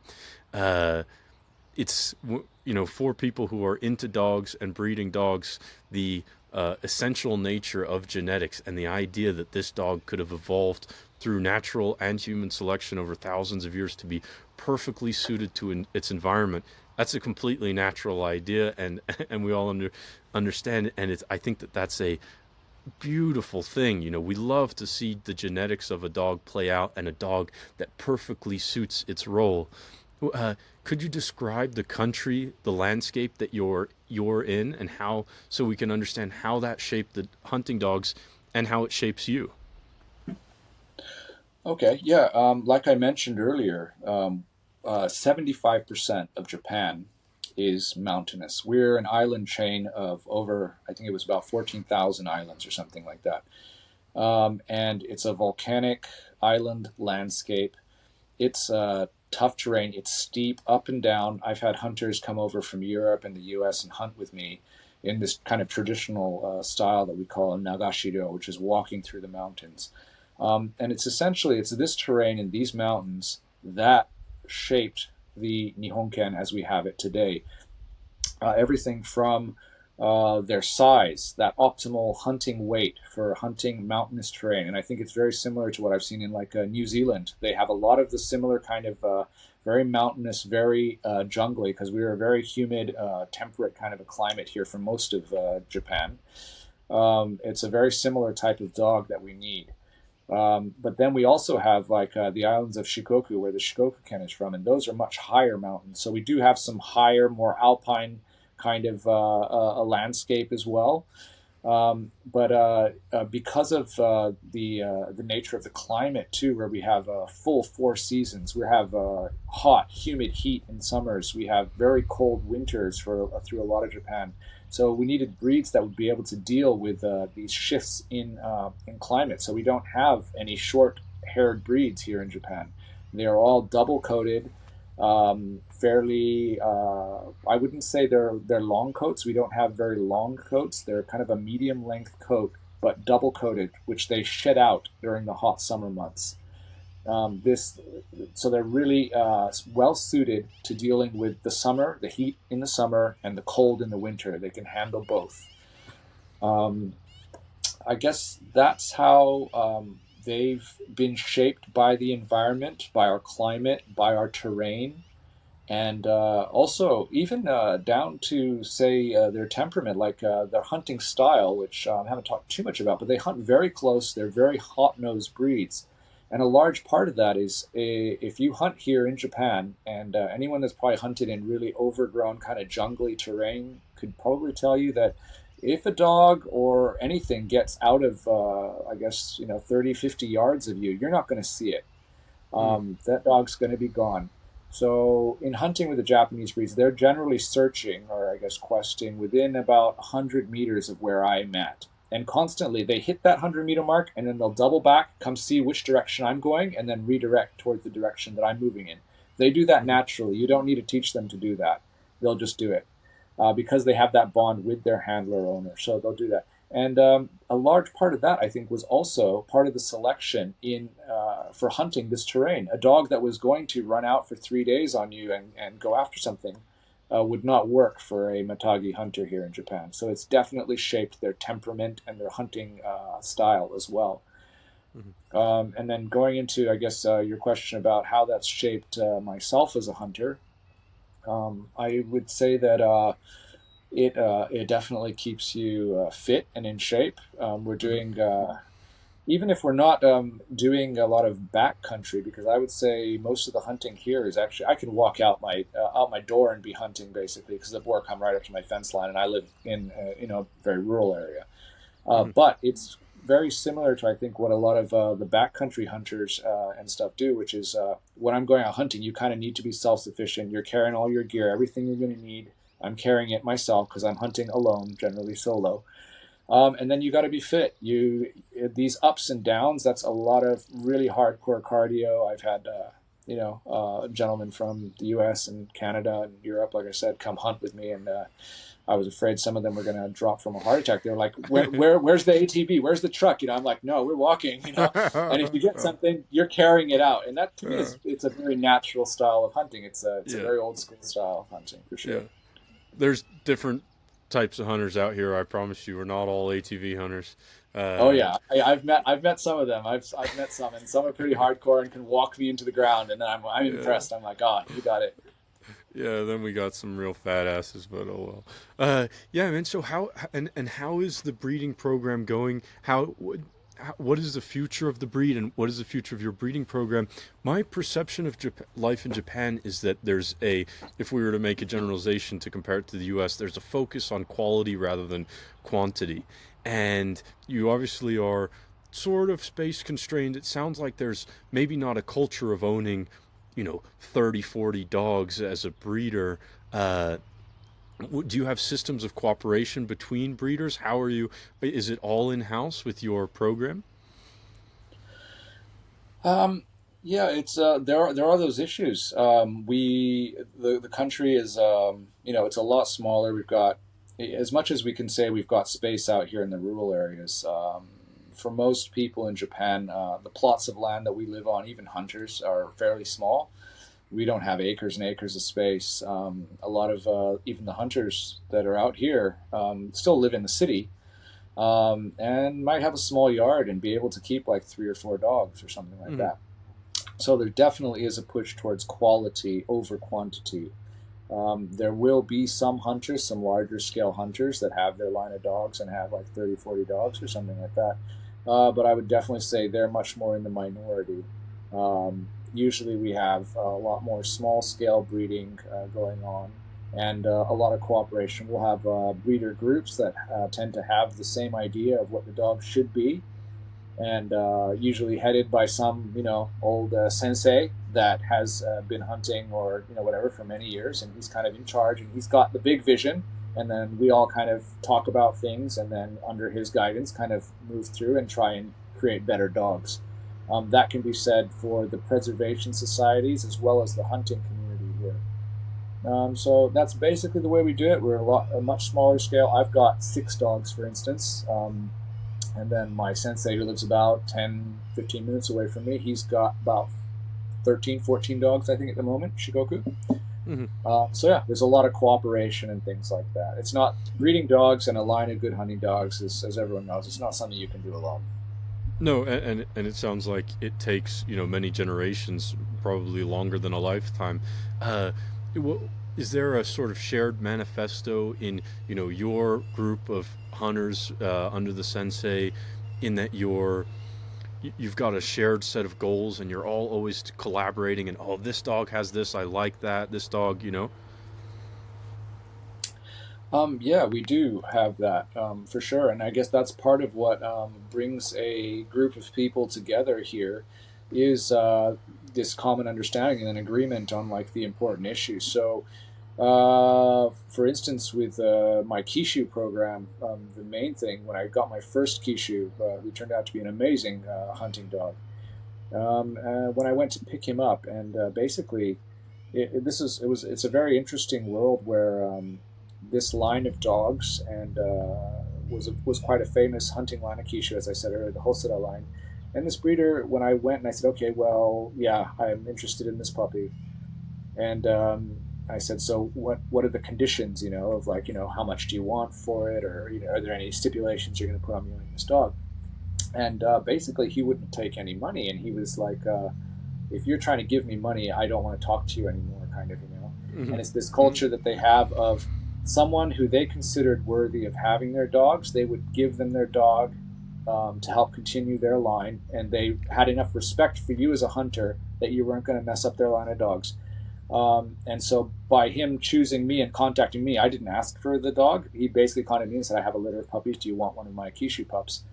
And so it was something that it was an honor, to be asked to be a caretaker for one of his dogs, but it came with a massive amount of responsibility for me needing to preserve this line correctly and to be constantly checking in with him to see like what we needed to be aware of. And one of the biggest things, as an example, was to breed a safe hunting dog. He said "anzen nainu," which is a safe dog, and anyone who's probably hunted with, hunting big game dogs and things like that, especially with primitive breeds, you can get dogs. Japanese breeds are a bit famous for having a bit of, you could say, dog aggression and same-sex aggression, but more of it is just they have a very specific type of communication with other dogs, and when that goes downhill or a dog doesn't communicate well, it can lead to fights. And as hunters, that's kind of some of the worst PR we can have here in Japan, probably, is Really? when there's Okay. an accident, right? You don't want an Mm-hmm. accident. You don't want your dogs attacking livestock, people, other dogs, pet dogs. So he said the Hosada line was famous for being a little bit out there, a little bit dangerous. He was like, I want my only stipulation is that you raise him to be a safe dog, you know. Mm-hmm. And I took that as like, okay, that was my going to be my life's goal with this dog, was to make him a safe dog. So there are things like that that'll bring us together, and then obviously there will be in a larger scale there'll be groups that come together that are trying to breed dogs that are a bit more have a bit more catch in them, a bit more gritty, dogs that have a bit more bay in them, dogs that are a little smaller. There can be all sorts of things, but we don't have like one manifesto. I would say we have a lot of groups that are breeding for different things that this group of hunters prefers, and is maybe even specific to the specific terrain that they hunt. Mm-hmm. um, here where I am in Chiba, we've got the highest point we've got is 300 meters. That's our highest mountain in the prefecture. So you would think it's not mountainous, but no, it's got rolling hills. So Mm-hmm. I actually need a dog that is much more skilled. So we've got rolling hills with really dense vegetation. So I need a dog that is really good at stopping, but is not going to range too far, because doing that up and down too many times, if a dog ranges out to beyond 300-400 meters of me, it's kind of game over. And so other hunters could have a larger mountain that they're hunting, and they could actually handle a dog that ranges further, or need a dog that ranges further, because maybe they do a little bit more of a group hunt with 5 or 6 hunters. Mm-hmm. So they want a dog that'll actually push a deer. So they'll breed for a slightly different line of dogs for their group. And then Mm-hmm. when we talk about breeding, we'll actually get together and talk about, okay, what is this dog? What line is it out of? And then more specifically, what are we seeing in the line now in the parents and things like that? Okay, and then we'll start planning breedings based on that. Mm-hmm. Do you guys keep a pretty close monitor of the bloodlines of your dogs, the pedigrees, and are you approaching any sort of genetic bottleneck with the declining population? Yeah, that is an issue for us. Is that especially because, like I said earlier, most of the big game hunters in Japan use purpose bred mixes, or these gene or right heritage dogs, but that have never been pedigreed. And the difficult thing with hunting with dogs that don't have pedigrees is that if you lose, if an older gentleman dies and had all the knowledge up here in his head, it's all gone with him. We only have as many generations as we've actually seen if it's not on paper. So it actually is a lot easier to track things if we've got it on paper. So that's something to be said for pedigreed dogs for sure. So in that sense, we are having an issue where the best hunting dogs in Japan for hunting big game are probably not pedigreed dogs anymore. So we have a much smaller gene pool to work with when we're talking purebred dogs, but it does help us in that we can select better rather than just basing it off of one generation or two generations that we see our friend has down the road. We're actually looking further back in the pedigree and we can actually contact other people who remember seeing this dog. Um, so that's the pluses of it. But like you said, we have a dwindling population here, and we are running into some bottlenecks. And while there's still fairly healthy breeds, we are starting to see some of the kickback from a dwindling gene pool with some genetic health issues that we're running into, smaller litters, things like that. Do Are you taking out crosses from the G dogs and mixing them in with the other breeds of Nihon Ken? So that does happen with hunters, but then you lose your pedigrees at that point because we don't have open stud books here in Japan anymore. In the early days of the Japanese breeds, it was an open stud book to where you could bring in dogs from the mountain that you gotten from a hunter and have them judged by judges and then added to the registry. But because that's not allowed anymore, yeah, we're not able to do that, which is a bit of a drawback to trying to preserve these breeds. So we were talking about whether you guys are considering outcrosses from the G dogs into the Nihon Ken. Right. And I think the short answer would be that originally we were able to do that. We had an open stud book at the beginning, at the early stages of the breed, obviously, of the Nihon Ken. But we can't do that anymore because the stud book's been closed. Hmm. So it is something that we have, I think some hunters have definitely thought about it, but we do have a lot of, I guess, pushback from the preservation side of things, because we don't know what these gene or these G dogs are actually carrying in their genetic makeup. They could have other breeds and them Western breeds that we don't know about because we don't have a pedigree to look at. Hmm. Uh, yeah, so it makes it a bit difficult to add them back to the gene pool. But we may come to a point in the future where we have to, but we're not there yet. So. But so far the outlook is okay. There's enough people doing it that you think the breed will continue. We talked about the essence of the Nihon Ken as a hunting dog, and I think something which is beautiful that you guys still have is you're not recreating a breed. Maybe you're down to a few numbers, but there's something authentic to you've got the real dogs and you're continuing this tradition. There's something I think doomed to failure about the attempt to recreate European breeds. The people take a bull mastiff and they want to make it this or they want to make that a hunting dog. And if it hasn't been a hunting dog for 150 years, if a Great Dane hasn't been a functional dog for 150 years, I think there's something doomed to failure. You guys are luckily not in that position. What's the outlook like for the various working breeds of the Nihon Ken? Yeah, I think we do have that going for us, in that we are not trying to recreate it. It's not something that has disappeared and is gone. We have a large percentage of the population of dogs that has not been bred for working or hunting anymore, so has lost a lot of their hunting ability. But we do still have this small pockets of dogs. So essentially, we're trying to preserve the whole genetic population, or as many dogs as possible, so that we have as many options. Because we need those outcross dogs to be able to. And I'm not saying we're breeding outside of the gene pool, but we just need dogs that are not related to our very small kennel dogs to breed to.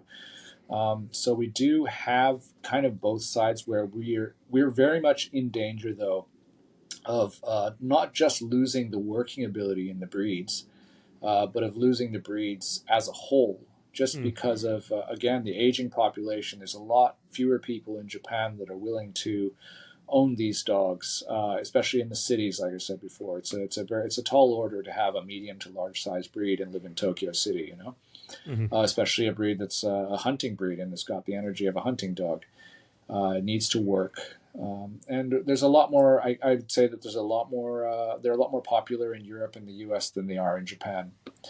The Mhm. medium-sized breeds in particular. So, yeah, We are coming up against that wall of a dwindling gene pool, lower number of hunters and preservationists, and trying to figure out how we can connect better with the younger generation to actually preserve these dogs the way they should be preserved here in Japan. I think we talked a little bit earlier about the the form following the function of all dogs, and although you can create a population of these dogs in the U.S. or Europe, they will diverge from what you've got going in Japan. Similar to I think how the Akita is.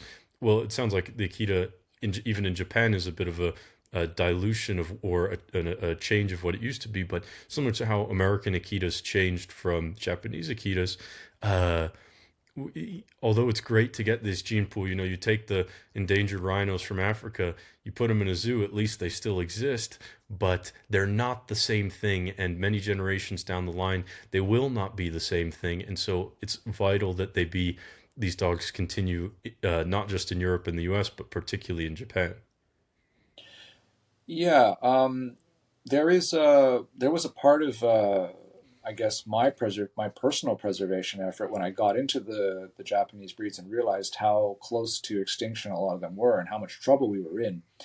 And the immediate thing I could think of at the time, which was like 15 years ago, was to get them overseas because there was more people that would own them that wanted them. There were even people interested in hunting them. I've got friends in the U.S. that hunt with Kishu. Um, but like you said, these breeds tend to be very specific to Japan. Once they do leave Japan, they're going to change. The people that are doing the selection for breeding, they'll be picking different traits, different aesthetic looks, different temperament. We had a big discussion about a little bit over a decade ago when there was a large group of Shikoku breeders that definitely wanted to breed towards a softer temperament, a more pet friendly, companion friendly temperament. And for our purposes here in Japan, that wouldn't really necessarily be the best to, trying to preserve a working breed. We're trying to preserve working traits. So there are things that we can correct. We understand that. And every generation is a selection process towards a better and more well-rounded hunting dog that also throws to the aesthetic standard that we have for the Japanese breeds. And But it is something that in the end, we are going to have to figure out how to preserve them here in Japan. We're going to have to figure out how to do that well. And if we don't, we're probably going to lose the breeds as they are, and they'll become something else, but they won't be the same. Mhm. So two questions. What type of numbers are we talking about? Let's say for the Shikoku Ken, which my understanding of is pretty low. And what's your success rate like with these dogs as far as taking them and hunting them and your litters? How many of them turn out and make hunting dogs? Right. Okay. So if we're talking population numbers, the out of the six Nihon Ken breeds, the Shiba Inu is doing quite well, which is the small type breed, and we've got like anywhere between 30 to 50,000 of those registered every year in Japan. It's a very popular breed in Japan and overseas.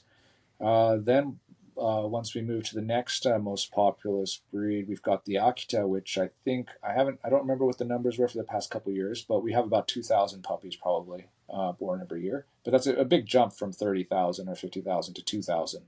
Hmm. Then once we drop down to the medium-sized breeds, we've got like the Kaiken, which we have about 800 to 900 puppies born every year. Hmm. And then we start moving down to the other three medium-sized breeds. And we've got the Kishu, like I said, about 10 years ago, they still used to have like 600 puppies born a year. Now we're under 300. We're about 240 or somewhere thereabouts. And the Shikoku, and the reason why I got involved with the Shikoku was because they were in the most trouble at the time, which is about 10 years ago when I started with the Shikoku. And we were hitting like about 300 some dogs, and they were very close to just dropping off. Once you lose too much of a population, there isn't too much coming back from that, I think. But now we've managed to stabilize it to where we're somewhere between 200 to 300 Shikoku puppies every year. But we've also lost a large number of the Hokkaido, which are the dogs from the northern island there. They used to have, 7, 8, 900 puppies born every year. And now we're down to about, I think the main preservation society for the Hokkaido was about 200 puppies last year. So they're really dropping in numbers. And yeah, I don't see how we're really going to bring those numbers up too much here in Japan right now, but that's what we're looking at. And then as far as how many of those, say, 200 some Shikoku puppies every year are being bred by hunters here in Japan, I can probably count on, yeah, there's probably about, I would say, 10, 20, maybe 30 hunters Mm-hmm. nationally. Let's say less than 50 hunters nationally that hunt with purebred Shikoku. Mm-hmm. And so we don't have a lot of litters that are actually being produced by hunters. There's one big line that's being bred down in on Shikoku Island in the Kochi area by a Nippo judge. His name is Mr. Mitani. And his line is kind of dual purpose. They're show dogs, but he also is a hunter, so he's always hunted with them. So they have quite a bit of hunt left in them. Mm-hmm. So I definitely see this variance. Going to your question about what percentage of the puppies of Shikoku puppies, for instance, are going to hunt. And where if we're looking at a litter that's coming out of, say, Mr. Mitani's lines or something like that, we could be looking at anywhere upwards of 50% of the puppies are pretty good, solid, Mm-hmm. boar dogs or whatnot. Um, and then I'll see other lines from other different regions of Japan or different breeder groups that'll come in that have just basically been selected for show, and the pickings can be pretty slim there. You'll see, say there's a litter of 6 puppies or something there. They might have like 2 puppies in it that will hunt or something. We're dropping lower than 50%, which is not a good Mm-hmm. number for any kind of a working hunter. So that's kind of what we're dealing with in the breed as a whole. And so you either need to be selecting from, and obviously as a hunter, most hunters will probably know this is if you want a working dog, you get a dog out of working lines from someone that's actually hunting them and hunting them in the way that you want to hunt. And the same is true for the Japanese breeds. So while we'll still see outliers pop up here and there, it's not like the whole population has lost everything. It's just our percentages have been dropping, I believe, Mm-hmm. and especially in the Shikoku. Whereas the Kishu is still a much better boar dog. Like even from showline Kishu, you can still get a fair good number of them will still hunt boar. It's quite Are, impressive, actually. Yeah. are there people in Hokkaido hunting those dogs on bears still, or is that sort of disappeared? Yeah. So that is mostly stopped. There is one kennel that is it's called Tokachi Moritaso, and that is, I think, the remaining working Hokkaido kennel in Japan. One kennel Mm. that actually specializes in working dogs and bear hunting dogs. And it's he's an older gentleman now as well, so we don't know how long that's going to go. But most of the working Hokkaido in Japan are from his kennel. Well, okay. The numbers are much smaller than I thought. And I think for the listeners, Japan there's a lot of people, something like 120, 130 million people in Japan. So that's really it's really small. There's something that you wrote which I want to read. It's a story that you wrote on your blog, talking with your mentor, and you said he'll usually ask me what I think, which is always a sort of pop quiz. I think at the time I started listing faults that I could see.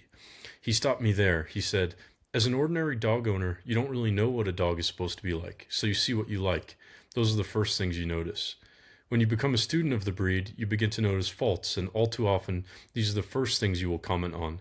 But a true breed preservationist should see the good traits in the dog first, what parts of the dog you want to pass on to the next generation, and you follow that up saying, I've thought about this a lot over the years and why it's important in trying to breed a better dog. I need to focus on what is good and try to keep those traits while carefully removing the faults. If one's focus is always on the faults, you end up breeding towards a safer dog, but you may have lost a lot of the essence of the breed along the way. It's something I've heard numerous times in regards to the Nihon Ken. It roughly translates, you're going to have to say that Japanese part. It roughly translates to, it will become just a dog, 4 legs, prick ears, and a curly tail, still make it a Spitz type canine, but it will have lost the uniqueness of the Aboriginal Nihon Ken. And I think you captured something in the story and then in your reflection on it really essential about your mentality when it comes to breeding, that it's not hyper focused on faults so much as it is, well, you explain that, but I like it. Yeah, it was something, and the reason why I wrote it there was because it was eye opening, and I wanted to share that feeling that I had, and that just that awareness of we're all, as breeders, whether you're a preservation breeder or whether you're a show dog breeder or a hunter trying to breed a better line of hunting dogs, we're trying to breed a better dog, generally. And all too often, what happens is, and I was guilty of it as well at the time, was I when I didn't know anything about dogs, I just look at a dog and I was attracted to it or I wasn't. And then if you were asked, like, okay, what about this dog do you like? As someone who doesn't know dogs, a lot of times it's difficult to explain. But I just like that dog. And then as you start to learn a little bit more, and I started to get a little bit more high and mighty about my knowledge of a breed, and then started listing faults. You start to see a dog, someone shows you a dog, and you start looking at it and you see faults. And essentially, what my mentor told me was, if we're trying to breed a better dog, you can't be looking for faults all the time. You actually need to be looking for the better traits, the unique traits that that dog has to pass on to the next generation. There's very specific things in like the standards for the Japanese breeds, just like coat quality, maintaining coat quality, eye type, specific hunting traits. There was a dog about how many years ago was that? About 12 years ago that I saw Nihon Ken hunting, and he was amazing. He had this hunting style where he was not a pointer, but he would almost do kind of like a kind of a spaniel type stalk, a crawl stalk in towards boar in heavy bush. And Hmm. he would get really close in there, and then he'd come back out and go around. And these are traits that we saw, and there are videos of him on YouTube. He was just an amazing dog, the way he would pinpoint the exact location of the bear in heavy brush while leaving the boar in there undisturbed. And then when he was sure he knew all the ins and outs, he'd go in and then he'd start baying it. Hmm. And he was fantastic. So it's these very specific good traits. Whereas if we were looking at maybe just the faults of the dog, we're just going to be breeding towards this safe, middle of the road dog, but losing the exceptional dogs possibly. And I don't know. Recently, I have done a lot more reading and a lot more research into the German breeds. And I think I read something that was a bit at odds with that, where I believe their philosophy was more about breeding towards the median, but raising the median standard of the breed, as Hmm. opposed to having some exceptional dogs, having all the dogs be better than average. Hmm. And so I think that is just two different trains of thought. I mean, you still maybe getting better dogs. The Japanese system is probably we're a bit more focused on creating an exceptional dog as an art form, as Hmm. opposed to the bare bones, cut and dry, logistical efficiency of a German breed, perhaps. Hmm. Yeah, I think that's borne out in what you see in German litters, which the people I talk to who deal with bird dogs and things like that, they say they have a very high rate of success compared to at least hounds, where they're getting 90 to 100% success from those pups. Yes. But it does sound like you may be losing the troughs, but you're also losing the peaks. I think that all dog people, but especially American dog people, can learn by looking at the Japanese approach, which is just I think not detail orientated in the same way that Germans are, but really looks for quality and fineness and the specialness of that dog, and also frames things in a positive. I really like your positive framing of looking for the dog's good traits. Not that we're going to breed overlook bad traits at all, but to formulate it with good traits so that we're breeding those special dogs. I do really like that. And if you're American, go look at the Nihon Ken breed descriptions, and they've got whole essays about the eye shape of the dog and the perfect aesthetics of the eye shape and how that form bears out on function. And I don't think we need that with hounds, but it's an exceptional thing, and it's an exceptional approach to take, which I think is really worth looking at.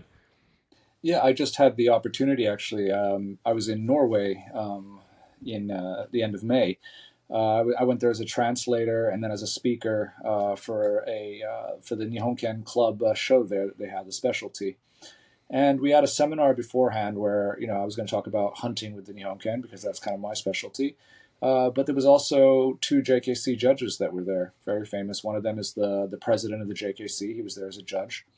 And they actually discussed a lot about exactly what you just said, form following function, or yeah, form following function. And there are actually reasons for these little detailed essays, like you said, on the shape of the eye.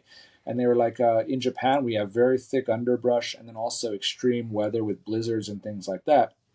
So the standard calls for a dog that has eyes set well into the skull. We don't want to see a trend towards dogs with eyes that are further out, popping out of the head, like extreme type like that, because we want less injury. And then we also want the prick ears that are strong because we don't like ears that are getting damaged in the underbrush. The double coat also protects them from a lot of this thorny stuff that we have too. Even down to little things that I've realized as a hunter hunting. I've hunted with Kishu and Shikoku, and the Kishu being a predominantly white breed, they have amber or white colored nails, a lot of them, because they've lost pigment. Which we don't find preferable. In the standard, we prefer a black nail. And hunting my dogs with black nails next to dogs with white and amber nails, I realized that when I'm hunting kind of rocky terrain in the hunting season, I actually have to rest the Kishu a lot more because their nails wear down so short that they start bleeding.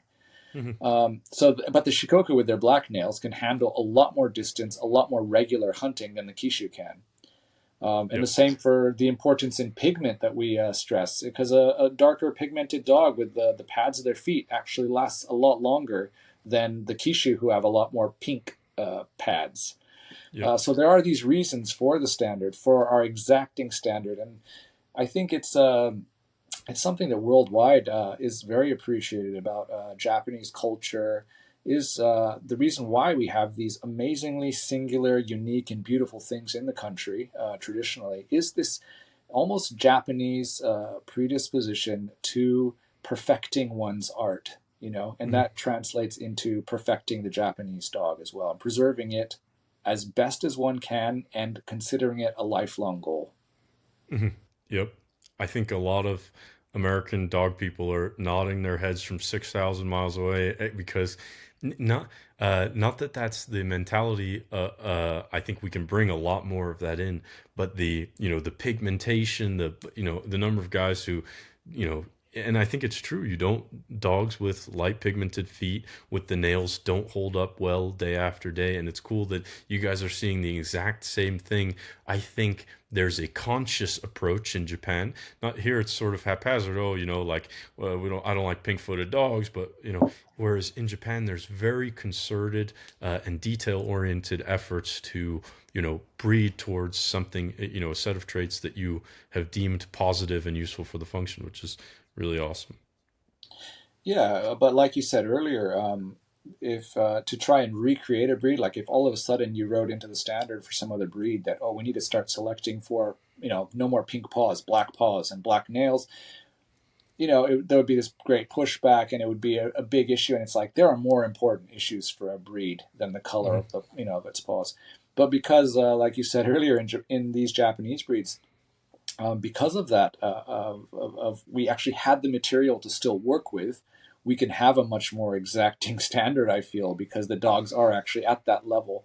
And for us, it's more a matter of understanding the finer points of the standard and of the dogs and preserving them to not lose them. Because once we Mhm. lose them, they're gone. And then we'd have to try and recreate them, which we probably wouldn't be able to do. So that's why it's a real preservation effort as opposed to we're trying to create a better dog.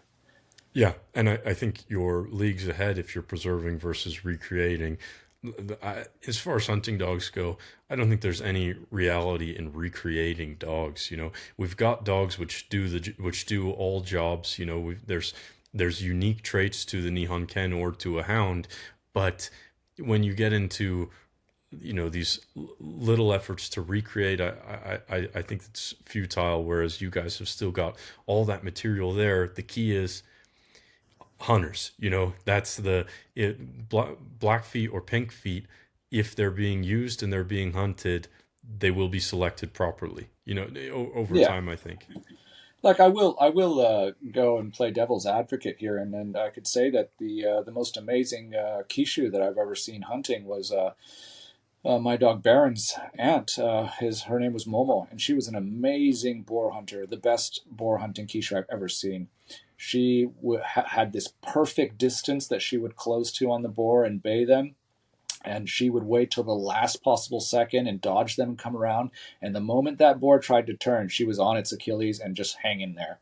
And she basically, about 80% of the time, would, by the time I got there to the boar's Achilles on one side or the other was gone. So the boar could Hmm. not run anymore. Hmm. And she never got injured. She was an amazing dog. But she was terribly hawk-kneed. Hmm. Her hocks in the back were like an X, and so Hmm. her structure was terrible. And people would say, so does that make her a terrible dog? But she was fast. She hunted very well. So Yep. form does follow function, but I think the essence of a dog, the character and temperament, and that hunting drive and ability is even more important than the aesthetic kind of structural things that a lot of times we focus on.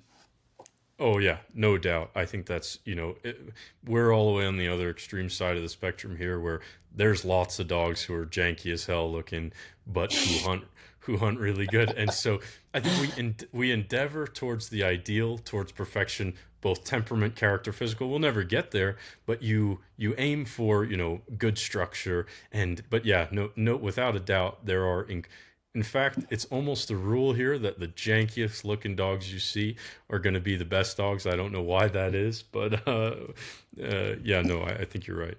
We definitely see that here too. Like a lot of these gene, like I say, there's some that throw very much the Nihon Ken type, and then there's some pretty, like you said, janky looking, odd looking dogs. But we have this term, another one of these great Japanese terms that I love. It's called shige ryozen, which means roughly translated, it means like so the aesthetic and the hunting ability, like its hunting style, both in complete in one dog, essentially. And that was like Ichijuiku, which is the one hunter, one dog. It's one of these kind of considered the pinnacle of Nihonken hunting dog. To have that ability to be a beautiful hunting dog according to the standard, but also to have that amazing hunting ability. And I've had, when I first started with the Nihonken, and I told Nippo judges and stuff that that's what I wanted, that's what I wanted to aspire to. And they were like, "Oh, good luck with that. It's going to be a long journey, and it's probably Yeah. impossible." Uh, But that's why we do things as humans. I think if we don't have, when we have those goals, what is it? Shoot for the stars. We may hit the sky or something like that, but at least we're much better off than we were. And that's how I feel with the Nihonka. I'm going to constantly be striving to do this shige ryozen, to have this dog that is at the top levels of the show dog world here in Japan, the Preservation Society, but is also, in my mind, a first class boar hunting dog. mhm. And I want to. I've have a few dogs that are kind of almost there. I've got one male now that's kind of there, but I think the next step is actually to be, like you alluded to earlier, about the percentage of pups or dogs produced that will be hunting in that same level. And we're not quite there yet. I want to get up to, it might be ridiculous to think we could get the Nihonkin up to the German levels of, 90% of the dogs or something like that. But it's not impossible because the the Hosoda line Kishu that I got my first Kishu out of was essentially like that. It was like the litter that Baron came out of, my first one, was 11 puppies, and two of them didn't make it, so there was 9 puppies left. All went to hunters. Oops, sorry about that. Got a So visitor. there. One second. No, you're fine. Moro. Moro, Moro. Yeah, you're fine. Yeah, so yeah, there was 9 puppies, and all 9 of them turned into amazing, really famous boar hunting dogs. So it is; those numbers are out there. It's just a little more difficult when you're selecting for aesthetics and hunting ability. But I think we're going to find that sweet spot for sure. It's possible. Yeah, fantastic. Yeah, I think with the level of detail and passion with which I think it seems like your whole scene, but you in particular are approaching this this job, it's going to get done. I think the tricky part is finding hunters for those dogs. It sounds like. Yep, that's what we're up against now: is finding those good hunters that are going to share that goal and that understanding, and hunt these dogs at a high level. It's definitely a difficult thing to find. Hmm. Awesome, man. Well, thank you so much for doing this. The dog is saying it's time to go, I huh? guess something like that. Yeah, Thank you, man. I really appreciate it. That was excellent. yeah. It was a great conversation. Thanks very much for having me. Yeah, dude. You've got to come out to the States sometime, and I promise we're not all fat ATV hunters. Yeah, no, I've started to see, like I said, a lot of that. The back. I didn't really connect with American hunting culture so much in the past, but as I've seen a lot of the backcountry hunting and things like that coming up, that really excites me. Like, that's definitely my cup of tea there. That kind of style of hunting. You know. Yeah, yeah. I mean, it was same. You know, there's people who do it in all sorts of ways, but there's definitely a large group of people who are doing it on foot, on horseback. You know, hunting for meat and just for the love of the thing. And I think that's something I see in your hunting is how you do a thing is as important as what you're doing. Yep, I would agree, and I'd actually be really, really interested in yeah, hopping over the ocean there and seeing like how some of the dogs work over there. Give me one Yeah. second here. No, you're good, man.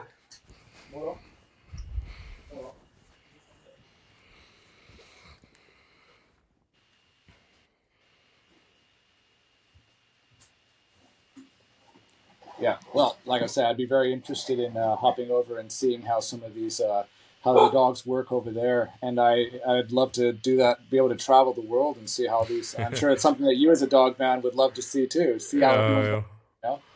it's hard when you got a bunch of dogs, right? But that's the dream. Yeah, yeah, that's when it gets difficult when we have all our dogs at home that need to be taken care of as well. Yeah, yeah. Uh, awesome, man. Well, thank you very much. I really appreciate it, and I love looking at all the stuff you post on Instagram and reading the blog. All right, well, I'll try and keep that updated then as much as I can. Yes, sir. Thank you. All right, have a great day. Bye.